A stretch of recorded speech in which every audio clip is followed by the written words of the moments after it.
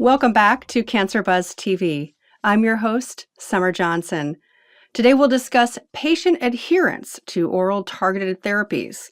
We're looking at patients in treatment for hormone therapy resistant, locally advanced, or metastatic HR-positive, HER2-negative breast cancer. We'll examine the challenges with oral anti-cancer therapies and methods to better support patients. This is the third episode in a four-part series on the topic.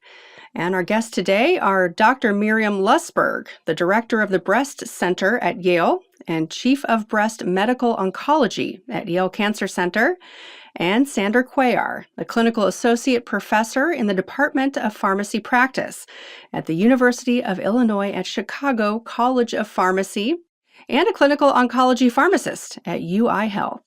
Thank you both for joining me today. Now, Dr. Lustberg, can you talk about some of the common barriers to oral therapy adherence that you see in your practice? So oral therapies pose a number of different challenges, including remembering to take the pills. The cost of the medication can be a barrier for some patients, as well as the various toxicities and side effects that they experience. So for each patient, I think is a unique blend of these various challenges. I've also heard some patients say that it's a constant reminder that they have cancer or are undergoing cancer treatment. So the idea of taking a pill can be challenging for that reason. And can you tell us about an instance where one of your patients struggled with oral therapy adherence? So I had one patient who had lymph node positive breast cancer. So she underwent chemotherapy, then surgery, then radiation.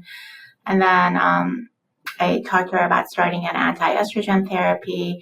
And she would have benefited from starting a class of CD4/6 inhibitor therapy. And the idea of just that one more thing after she had been through a long series of treatments was a struggle for her, and she needed some time to wrap her mind around it and really understand the benefit of doing more therapy. Dr. Cuellar, how do you and your team support patients to take their medications as prescribed?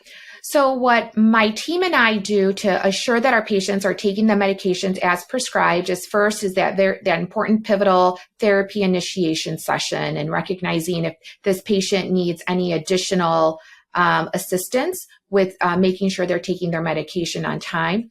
We do that 2-week follow-up. So that's a point where if there was a challenge or an issue, we could address it relatively within the first 2 weeks of initiation, providing good patient education information that's both written and verbal, and looping in any caregiver that can also provide that additional layer of guidance for this patient to start these medications. So it really hinges on the patient, the information, verbal and written, and as needed, having that extra set of ears to really understand and comprehend the information we're disseminating to our patient.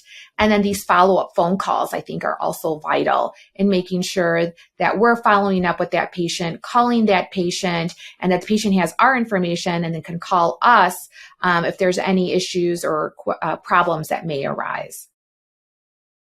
Dr. Lustberg, how and when do you and your team assess whether patients are taking their medications as prescribed? So one way to monitor adherence and persistence is we do rely outside of a research setting by simply asking our patients if they're taking their medications and making sure that it's a safe environment where if they're struggling for whatever reason, they're able to report it to us. Another approach is looking at rates of refills through, their pharmacy accounts. So those are the main ways. There are definitely innovative research strategies for more objectively monitoring adherence, but in a routine clinic, essentially we rely primarily on our patients to tell us whether they're taking it or not. Dr. Cuellar, what are some helpful practical tools and approaches that teams can offer to patients? So tools that we use at our practice, I think the medication education sheets we use are absolutely incredible. They were designed by ACCC, HOPA, ONS, and NCODA. So 4 prestigious oncology organizations that collaborated together to put together these patient education sheets that really is nuts to bolts, all the information they need, when to call, what side effects at a health literacy level that most patients, if not all patients, should be able to understand. So that's one of the resources.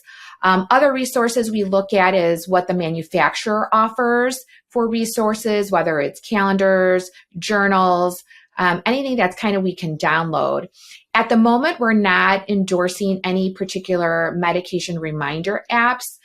With the generation of patients that we're currently, generally treating 60 and 70-year-olds, they're not as app savvy as maybe my younger generations of patients. So right now, we're at least at our practice, we're not doing any pill reminder apps yet. But I think as we move forward, that could be something we incorporate. But it hasn't hit prime time yet. And who on the multidisciplinary team plays a role in supporting patients with this?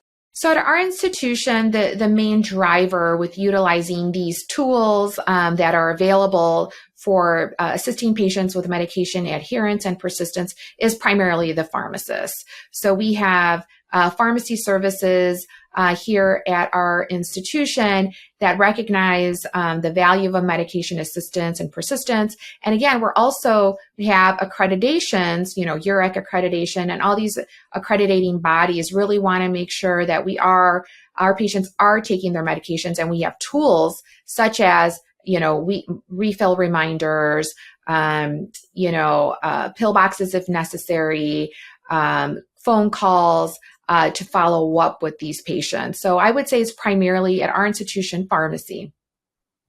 Dr. Lustberg, what are some broader system-level processes and interventions that can help address issues around patient adherence to oral therapies? I think the healthcare system certainly plays a big role in supporting adherence, and one significant way is making sure that patients have a relatively easy way of contacting their healthcare team within oncology if they're having issues. The issues could be side effects, it could be financial issues, they don't have a refill. And to be able to reach out without too much of a hassle, without too many calls to reach the right person. So I think ease of access within the system is a really key ingredient that I believe we all need to continue to improve on. Thank you, Dr. Lustberg and Dr. Cuellar. This show is a resource of the Association of Community Cancer Centers, developed to deliver the news and latest trends in cancer care right to cancer professionals. This episode was made possible through funding and support provided by Lilly Oncology. Stay tuned for more in our 4-part series on oral therapies for HR-positive, HER2-negative breast cancer. On behalf of all of us here at Cancer Buzz TV, thank you for watching. I'm Summer Johnson.